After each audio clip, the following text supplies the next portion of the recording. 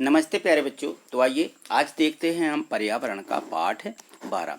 इसके पहले वाले जो पाठ हैं वो हमने पिछली वीडियो के माध्यम से समझे थे। यदि आपने नहीं देखे नहीं समझे हैं तो डिस्क्रिप्शन में लिंक पर जाकर के देख सकते हैं। ठीक है, तो आज यहाँ देखेंगे पाठ 12 खत्म हो जाए तो।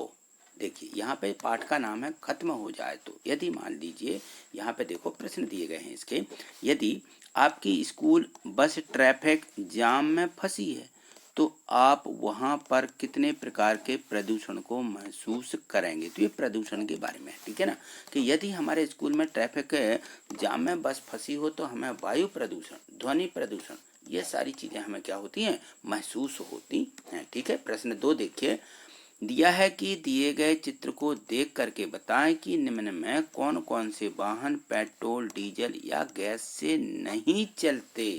ठीक है, तो देखिए कार क्या होती है, पेट्रोल डीजल से चलती है। और यहाँ देखो ये है रिक्शा, है ना, ये साइकिल रिक्शा है, ये पेट्रोल डीजल से नहीं चलता, तो इसमें नहीं लिख दीजिए कि ये नहीं चलता है।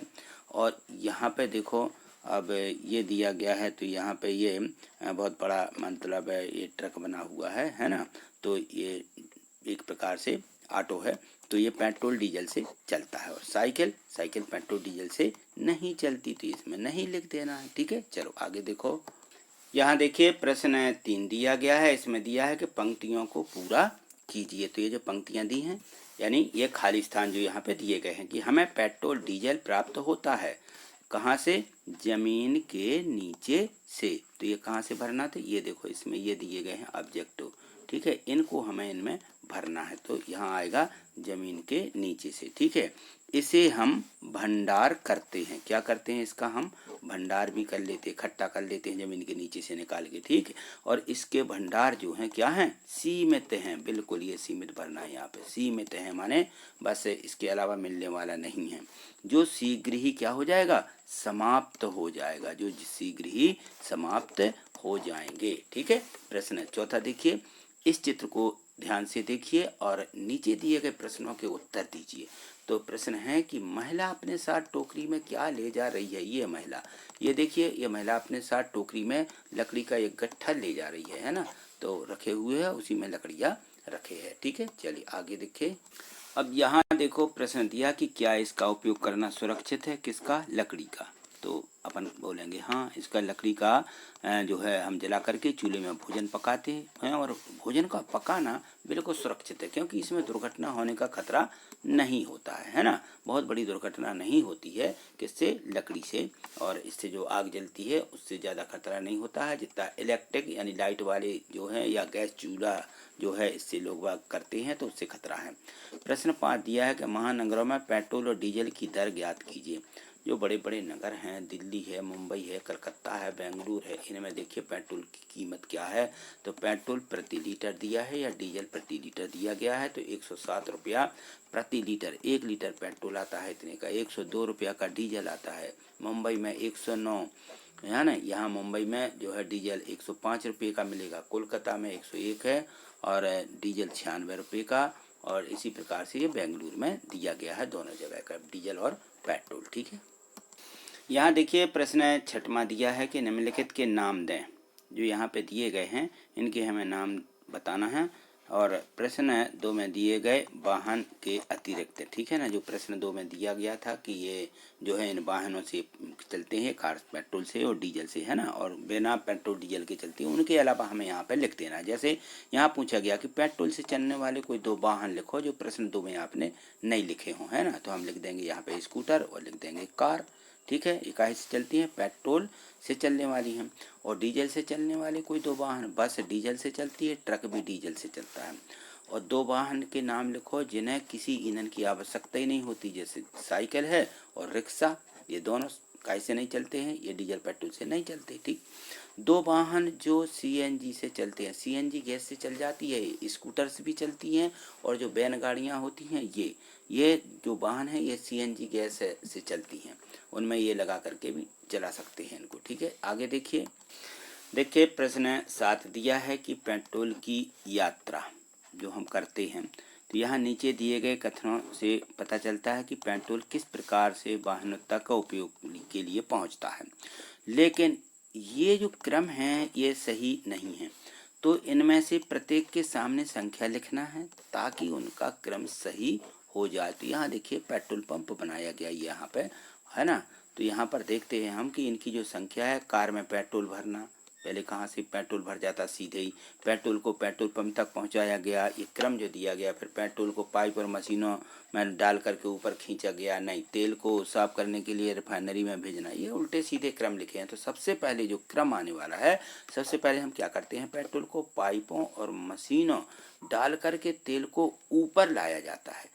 फिर उसके बाद में जैसे ऊपर आता है तो तेल को साफ करने के लिए रिफाइनरी में भेजा जाता है। ये नंबर 2, ये यहाँ 1 होगा, इसका नंबर ये 2 नंबर में हम लिखेंगे। सबसे पहले किसको लिखेंगे, इसको लिखेंगे, इस लाइन को। पाइप और मशीनें डालकर तेल ऊपर खींचते हैं। फिर उसके बाद में नंबर 2 में लिखेंगे कि तेल को साफ करने के लिए रिफाइनरी में भेजना, ठीक है ना, ये 2 हो जाएगा। 3, पेट्रोल को पेट्रोल पंपों तक पहुँचाया गया, ये तीसरे नंबर में है। फिर लास्ट में क्या होगा कि पेट्रोल जो है कार में पेट्रोल भरना, फिर उसके बाद में पेट्रोल कारों में या वाहनों में भरा जाता है, ठीक है। चलिए आगे देखिए। यहाँ देखो प्रश्न 8 में है कि पोस्टर को देखें, ये यहाँ पे एक पोस्टर लगा हुआ है, ठीक है, और निम्नलिखित प्रश्नों के उत्तर दें। क्या हमारे पास ईंधन के भंडार जो हैं सीमित हैं या असीमित हैं?